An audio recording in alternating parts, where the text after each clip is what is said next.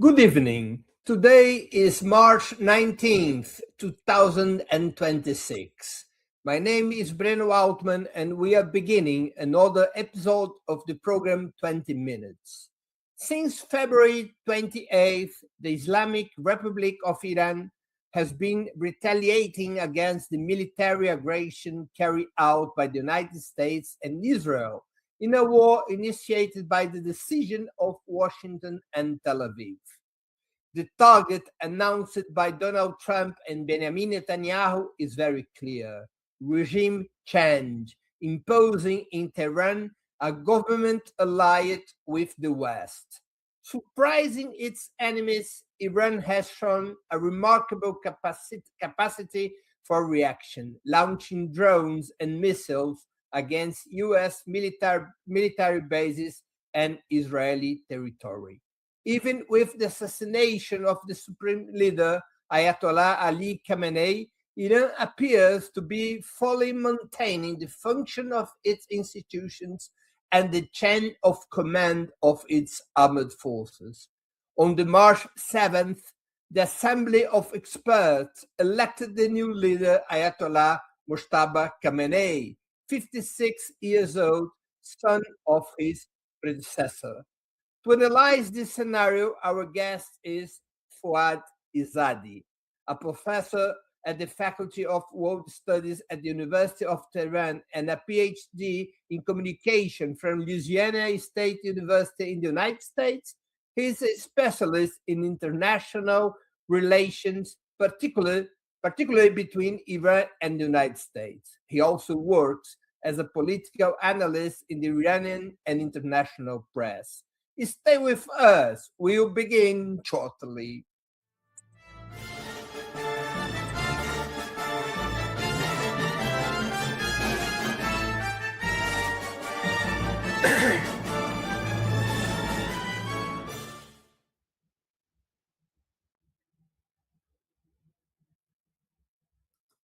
Good evening, Mr. Izadi. Thank you very much for accepting our invitation. It's an honor to have you on our program. Same here. Thank you very much. Thank you for having me.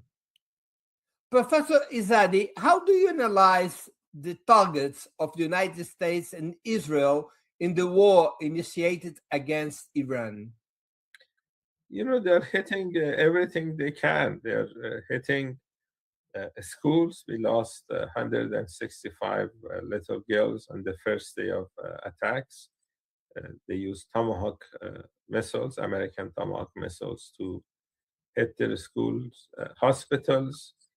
A few days ago, we had rain forecast, and they hit oil depots near Tehran. They created this huge smoke, and then when it rained, when it was supposed to rain, they created acid rain, this dark rain that blanketed the whole city. The aim was to create an environmental disaster. Iran, Tehran has a population of about 15 million people, and they wanted to pollute the water system in the city. Netanyahu, before the Gaza genocide, called the people of Palestine Amalek. In their twisted ideology, if they label a nation Amalek, they can kill their women and children. And last week, Netanyahu called Iranians Amalek. So they're trying to repeat their experience in Gaza. In Iran, they hit every school, every hospital in Gaza. They want to do the same. So they're hitting civilian infrastructure. Yesterday, we had millions of people coming to the streets for the Al-Quds Day, Jerusalem Day, and they attacked the demonstrators. They killed a mother that was participating in demonstrations. They bombed demonstrations in Tehran. So they have no ethical limitations. They like to attack little Iranian girls and kill little Iranian girls, and they rape little American girls. We are dealing with the Epstein class. But what do Netanyahu and Trump really intend with this war against Iran? Is it clear? Yes, on the first day of attacks, both of them said that they want to change Iran's government. Netanyahu asked the Iranians to come to the streets in millions, and they did. They're coming every night in millions, and they're chanting against him and Trump. You do not, you cannot have a nation like you by bombing them. Trump has managed to unite Iranians more than any Iranian politician could ever do. And we have this experience with Americans before. In 1953, they had a coup here, and they overthrew a democratically elected government. They were interested in Iranian oil. In 2026, the same thing. We had this American Senator, Lindsey Graham, the other day had an interview, said that U.S. will control 31% of oil reserves internationally. He is adding Venezuelan oil plus Iranian oil. When they asked Trump about whether Iran's borders will stay the same, he said probably not. So they want to separate the oil-rich section of Iran. They want to control Iranian oil, and they have to overthrow Iranian government in order to be able to do that. These are all pipe dreams. They're not going to be able to do that. Iranian people will not allow these things to happen, but this is the aim they have. Change Iran's government, change Iran's borders, take over Iranian oil, create hegemony for Israel, and they would use the oil in this part of the world to put pressure on independent countries like Brazil, like China, as a leverage. This is another thing Lindsey Graham said, that they will use the oil here to create leverage against China. So this is the plan they have. U.S. is a country in decline. They think by taking over the oil resources here, they can manage to reverse that trend of decline. Who is winning the war, Professor? Is Iran capable of withstanding United States and Israel military might? U.S. has spent 100 times more on its military in comparison to Iran. They're both nuclear regimes, but there is a difference in terms of morale. Iranian soldiers are fighting for Iran. They're fighting for the civilized world. American soldiers are fighting for Israel and the Epstein class. So they realize that this is not a just war. Iranians have this culture of resistance. They're defending their country. So although Iran's military is weaker, that culture of resistance will help them endure. And then I think at the end of the day, Iran will be victorious. This is an old country, 7,000 years of civilization. We have seen invaders come and go, and Iran survives. Iran will survive this many years after the Epstein class destroys America. We are talking about an air war. Iran has responded with missiles and drones, but several analysts question Iran's true offensive capabilities. How do you assess the power of its armed forces to inflict significant damage on its enemies? Iran has been under sanctions for 47 years. All these missiles and drones that you see, these are indigenous technology. We did not order these from Lockheed Martin or other Western manufacturers. And that capacity is not small. That capacity is extensive. Of course, the military of the other side is bigger. Maybe the technology is higher, but Iran's ability to create a cost to the other side is also significant. Iranian leaders realize that attacking Iran should create cost. Otherwise, they would want to attack Iran every few months. They attacked Iran in June. They are attacking Iran again. The aim is to create enough cost to the other side so this type of attacks are not repeated every month.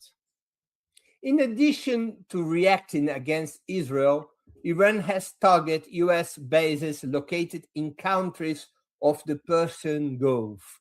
Are the 7 Arab monarchies of that region considered enemies? No, these are Iran's neighbors. Iran doesn't want to have bad relations with them. They have access to petrodollars. They spend billions of dollars buying weapons. Iran is already fighting to nuclear regimes. Iran doesn't want to be fighting them, but they decided to provide these military bases to the United States. They are legitimate military targets. It's the US that started the war. It could be avoided. I don't know if you saw the Omani foreign minister's interview with CBS News. He went to Washington. The reporter asked him whether an agreement was available. He said yes, within 24 hours. He said that Iran was available to give concessions that Iran could not give before. And Trump attacked Iran 24 hours after that interview. He went there to beg the Trump administration not to start a war, and they did, and it's understandable. If they want to change a country's government, they would not enter a diplomatic solution with the government that they want to change. So they wanted this war, and they have killed more than 1,400 civilians. These military targets are legitimate targets for Iran. Hotels become legitimate targets when they're filled with US soldiers. They have evacuated some hotels in these cities, and they have housed American soldiers in these hotels. They become legitimate targets. The CIA headquarters, they are legitimate targets in these cities. CIA provides the data for attacks on Iran. So Iran is attacking legitimate targets. There are some debris, so they shoot down some of Iranian missiles that create debris. It falls in places that Iran did not intend. I was watching CNN, for example, in UAE, there was an oil facility that was burning, not because Iran hit the facility, but because of the debris that was created. And Iran cannot control the debris. It seems, this is the American reporter, Tucker Carlson, reporting that Saudi Arabia and Qatar have arrested Mossad agents trying to blow up things in those countries. So it seems that the Israelis also engage in sabotage to blame Iran. So Netanyahu was able to get American soldiers to fight his wars. And now he wants to get Saudi soldiers, Qatari soldiers to do the same. And this is the situation we have. Iran is not targeting oil facilities in these countries. Iran is hitting American targets. And a few days ago, they started hitting Iranian banks.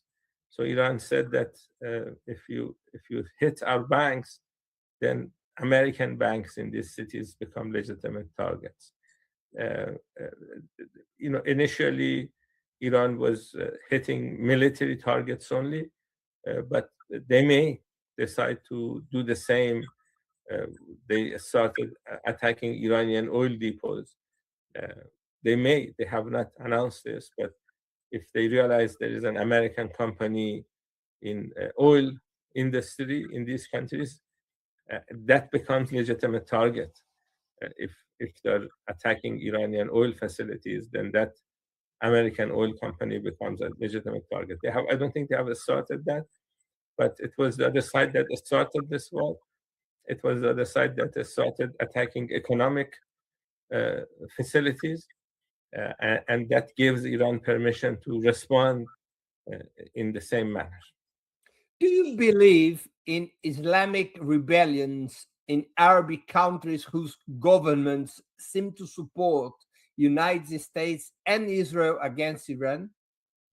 United States and Israel are hated here because they have engaged in reckless wars in Iraq, in Afghanistan. They have bombed Syria. They have bombed Yemen. There are very few countries in this part of the world that have not been the victim of United States and Israel. And the people don't like to be bombed. And young people in these countries, if they have the capacity to fight back, they would fight back. This is what the people in Lebanon are doing, fighting back against Israeli occupation. So it is natural when you create this type of disaster, when you engage in unnecessary wars of choice, then the people of this region may fight back, and some of them are doing that. Do you think that countries like Egypt or even Syria could have some kind of changing in their internal situation because of the war initiated by the United States against Iran? There's a lot of dissatisfaction in these countries. It is possible this is not Iran's aim. These countries have made some bad mistakes, allowing Americans to have bases in these countries does not bring them security. The promise that the Americans had was that if these bases are built for Americans, then Americans would bring security to these countries. It's the other way around. These countries are providing security to these bases.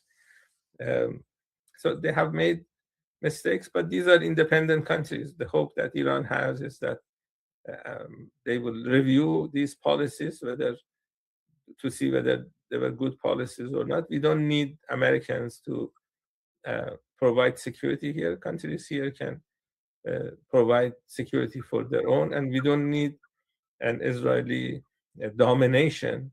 We have had Netanyahu already talking about Greater Israel. That includes, if they want to reach that goal of Greater Israel, that will include Saudi territory, Syrian territory, Jordanian territory, Egyptian territory, Iraqi territory, and the U.S. ambassador to Tel Aviv said the same thing.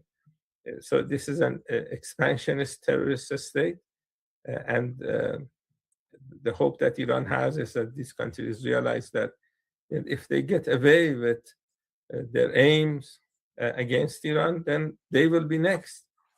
So Iran is fighting for Iran. Iran is fighting for this region. Iran is fighting for the civilized world. Could Hezbollah in Lebanon and the Houthis in Yemen, among other armed Islamic groups, play an important role in this war? There was supposed to be a ceasefire in Lebanon last year, and Israelis throughout the ceasefire were killing 4, 5, 10 people on daily basis in Lebanon.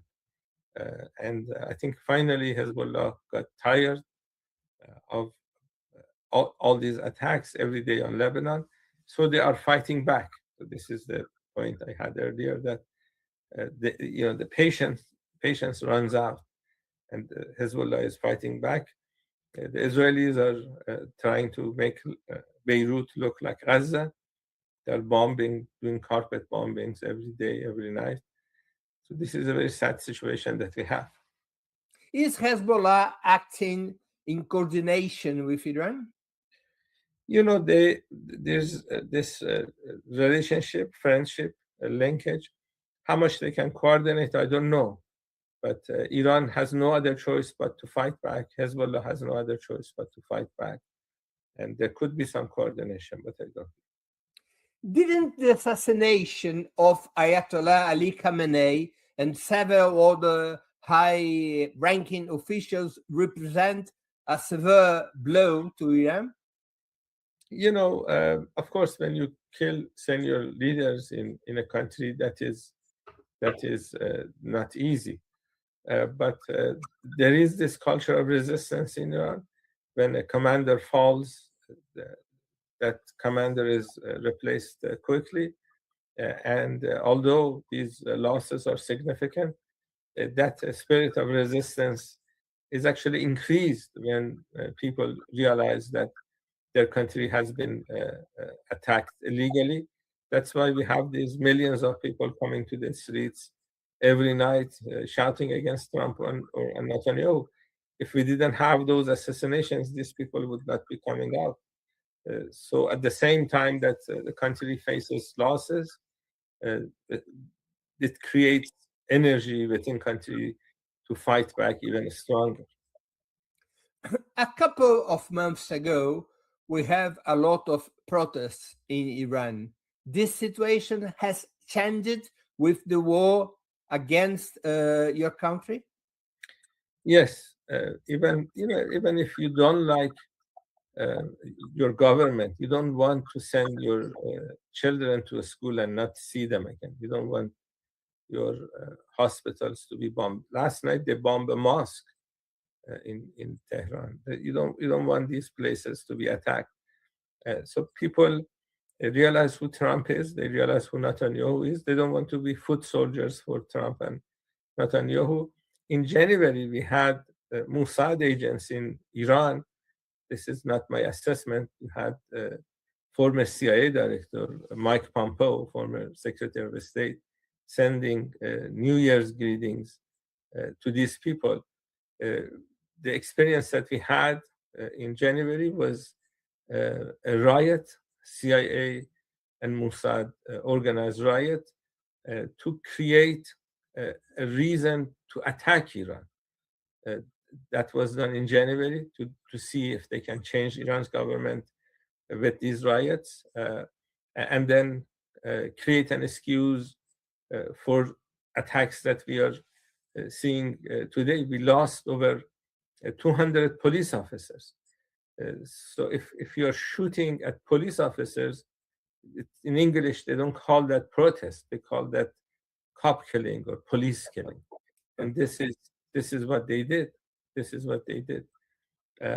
So these were Mossad organized riots designed to create a setting for this month's attack.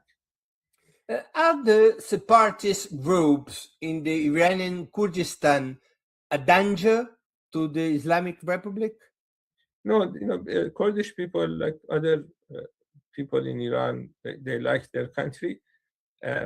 Even Iraqi Kurds don't want to be fighting Iran. Iran helped Iraqi Kurds when ISIS attacked Iran, attacked Iraq a few years ago. It was Iranian help that saved them from ISIS. They remember that Syrian Kurds do not like the US because Trump abandoned them. He went with Jolani. We have had some groups, small groups, on the payroll of CIA on the other side of the Iranian border. And the United States wants to use these people that they have been supporting to come in Iran, take over some cities, help with this change of government policy that they have. But they have not been successful. So all that CIA money was wasted. And the local people do not support these organizations because they remember, 47 years ago when the revolution happened, these organizations wanted to separate from Iran. The general public, the general Kurdish public did not want to do that. So they remember these organizations fighting the local population for not supporting separation. So there are a lot of bad memory, and these organizations are not going to be successful.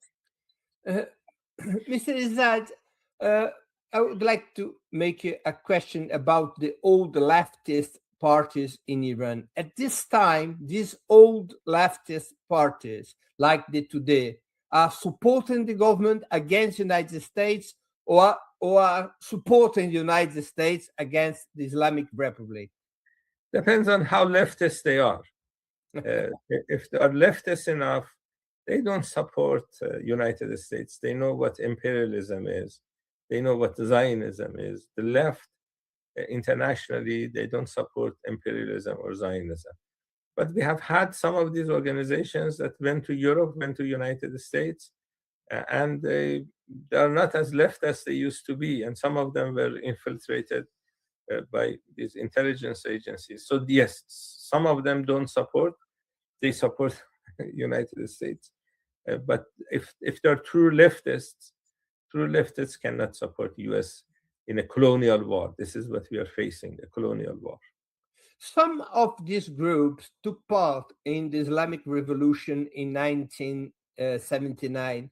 What happened? Why these groups are forbidden or were forbidden after the victory of the revolution?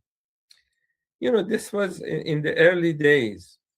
And, the Soviet Union was still around in 1979. And, under communist ideology, revolutions start from villages and, the working class. And the Iranian Revolution did not fit that model. Iranians are, generally religious people. The country is 98% Muslim. So those communist theories, maybe it was good for Europe in a European setting, but Islamic society is different. And these organizations, since they were fighting the Shah, they thought that this is a revolution that they should be leading. And then they realized that majority of people were not interested in that. And they had some linkage with Soviet Union, so that did not work in their favor. So there were disagreements. Some of these organizations were armed, so there were some armed conflict. But this is 47 years ago. I have some leftist friends, all Tudeh party members. All of these things are generally forgotten because these are Iranians and they realize that Iran is a danger. They like their country. They don't like imperialism.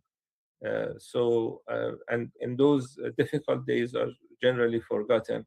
We have some people, some left organizations outside Iran that don't seem to want to forget, but Iranian leftists that are actually leftists, they have come over that period, and they are contributing.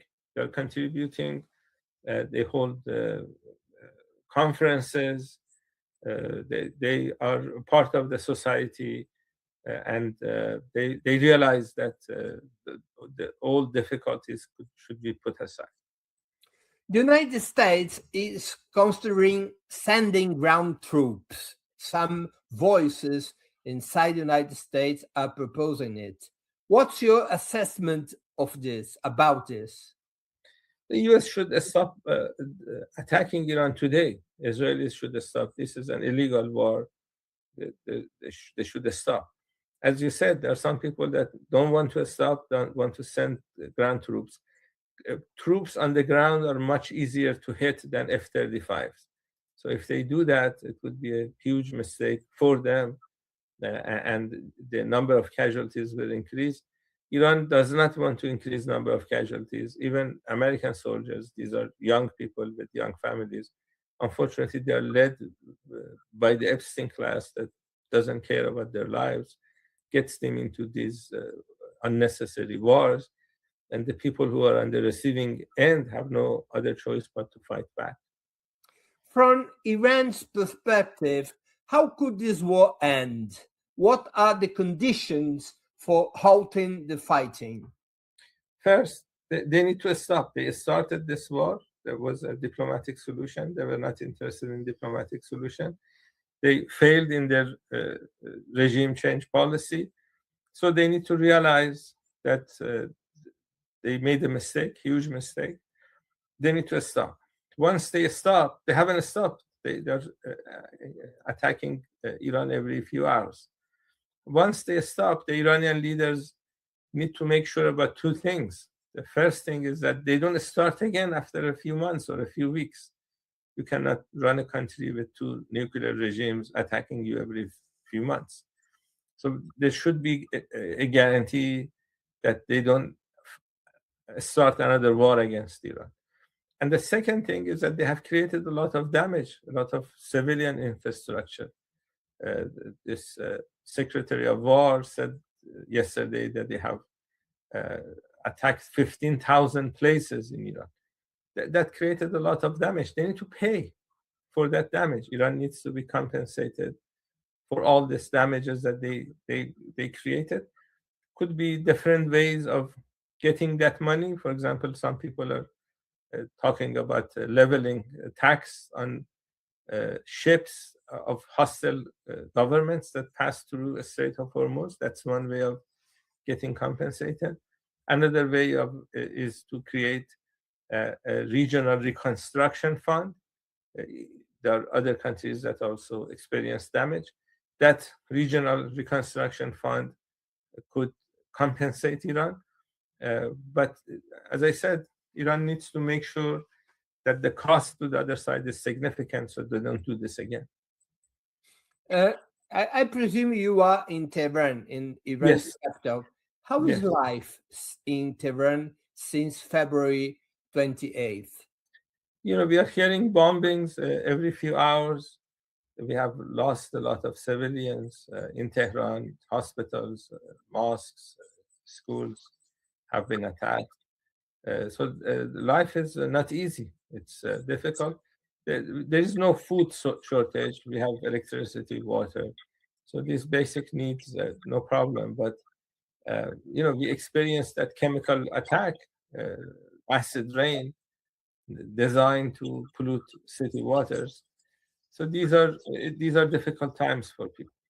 But are the universities, the shoppings, and every other establishment like this open, or are they closed because of the war? On the first day, the Iranian government asked people in larger cities to go to smaller towns for safety reasons. To leave Tehran? To live large cities. To live large cities, okay. Not leave Iran. Live larger cities, go to smaller towns. In smaller towns, there is less targets to be hit. And some people listen. So the city's population is less. But shops are generally open. If the owners are around, if they haven't left the city, they're open. The civil infrastructure in Iran is in problems right now? No, things are working so far. Iranian leaders have said that if they attack infrastructure like electricity, Iran will respond. It would be difficult for these Americans in these bases to fight Iran with electricity. So if they attack electricity here, Iran will do the same to the other side. The Iranian economy is already suffering from heavy sanctions during this last decades. Does Iran have the economic capacity to withstand a prolonged conflict? The economy was suffering because of sanctions. It's true. So these are difficulties. It's not easy. But Iran has no other choice. What Trump is telling Iran is complete surrender. Why would you want to surrender to Trump? Why would you want to give the form of government to Trump? Trump is destroying American democracy as we speak. There are no kings demonstrations in US every other week. Why would you want to trust these people with the borders of your country, with the oil of your country? So Iran has no other choice. There are economic difficulties, but Iran cannot do anything else. The only option is to resist the Epstein class. Do you believe that the rise in oil prices caused by the closure of the Strait of Hormuz and other acts of war could put pressure on Western governments and Arab countries to end the war? This Strait of Hormuz is in a war zone. Trying to have normal business is not a good idea. Iranians have been under sanctions, illegal sanctions for 47 years, bombardment, illegal wars. So the idea of Iran suffering only and everybody else enjoying cheap oil, that's finished. That's finished. So either you treat Iran with humanity, not wars, stop these sanctions, stop these attacks, or yes, you can enjoy higher gas prices and you can blame Trump for that, not Iran, because he has started this war unnecessarily. But beside retaliating enemies, do you think that this rise in oil price could provocate some kind of mobilization, pressure, and crisis inside the United States and inside all the Western countries? It could. I think Trump would lose the midterm elections in United States because of this unnecessary war, and he will be impeached by the new Congress in January of 2027. And this is the result of this type of reckless activities. Many people in the US realized that the war was not necessary. They realized that Netanyahu is directing US policy in the Middle East. You're not supposed to give your foreign policy to the prime minister of some other country. A lot of people realize that, even people who voted for Trump don't like this type of wars. Many of them voted for Trump because he said he would avoid this type of wars. So there are going to be political consequences in the United States, and it's his fault. He shouldn't have started this unnecessary war. How do you analyze Russia and China behavior in this war? These countries are strategic allies of Iran. How are they behaving in this war? I think Chinese government officials realize what the US is doing.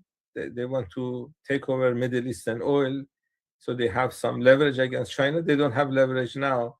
Those tariffs are not going to be useful anymore. But oil is important. China gets about 50% of its fossil fuel from the Persian Gulf. So they realize that. Russians realize that the same way Ukraine was used to put pressure on Russia on its western borders, Iran can be used, fragmented Iran can be used to put pressure on Russia on its southern border. They realize that. So these countries realize that US should not be able to get away with what the US is doing. How much they can contribute, we have to wait and see. They have done some positive things, but the extent of their contribution, we have to wait and see. A couple of days ago, I have read information on the United States press that Russia would be giving to Iran information for the attacks against the US bases. Do you think this news could be true? I don't know. It is not confirmed. I don't know if they have done that or not. But helping Iran to fight is going to be good for civilized world. So what we hope is solidarity from outside the world, and also help if they can give help. As far as you know, China is selling weapons to Iran? There were some reports that they are selling, but I don't know. Okay. The population of Tehran probably lives under constant tension with mass displacement, as you told us a couple of minutes ago. How has the war affected the morale of the civilian population in Iran. Could protests against the government occur as its enemies seem to predict? No,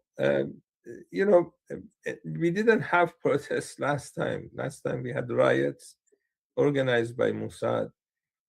People of Iran, even people who don't like the government, they like their country. And it's foolish for Trump and Netanyahu to think that because some people in Iran don't like their government, they like them. Why would you want? Who would like Trump? Even the people of the United States don't like Trump and Netanyahu. Many people in the US and Israel don't like Trump and Netanyahu. So why would Iranians would like them? This is the mistake that they're making. It's not a mistake, they realize many of these things, but they want to weaken Iran. So they think by attacking Iran they can weaken Iran. So there is no prospect for change of Iran's government. Trump has managed to unite Iranians more than any Iranian politician could do. In terms of the war narrative, how do you assess the role of Western media in covering the conflict? They're repeating the same practices that they did in Afghanistan and Iraq. They are enabling the Epstein class to start another war. They repeat the lies of these government leaders. They're very disgusting. They're not doing journalism. They're doing propaganda for the governments that they're linked to. They pose as journalists, but they're actually engaging in propaganda.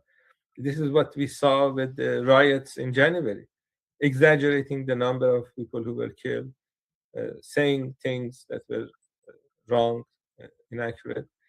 They are not doing a service to these countries' people because they are repeating the same type of mistakes that they did in previous American wars. Mr. Zad, who decided the war, Netanyahu or Trump? I think it was Netanyahu. I think Trump, for whatever reason, decided to have Netanyahu run U.S. policy in the Middle East. Why did he decide to do that? We don't know. It's not normal for a U.S. president to do that. Maybe Mossad has some videos on Trump through Epstein. The Israeli lobby's influence in Washington has always been there, but this is much more than normal. So there should be some other reason we don't know, but it is Netanyahu that is deciding what to do, and Trump follows Netanyahu. I know that there is a little Jewish community in Iran, around 10,000 people. Mm-hmm. How these people are reacting in this war in which Israel, together with United States, attacked Iran? These people are also Iranians. They live in Tehran, in other cities. They are also bombed, like other people here. And they live peacefully with their neighbors. They go to synagogues. The people who opposed Iran's government left Iran. Jewish people who opposed Iran's government left Iran many years ago. They're interpreters for the Israeli army. They speak Farsi, so they're working for the Israelis. They are Israelis now. And the Jewish people who stayed in Iran did not want to leave Iran because they consider themselves to be Iranians. And many Jewish people don't like Zionism. Judaism and Zionism are two different things. You could be a good Jewish person and dislike Israeli genocide.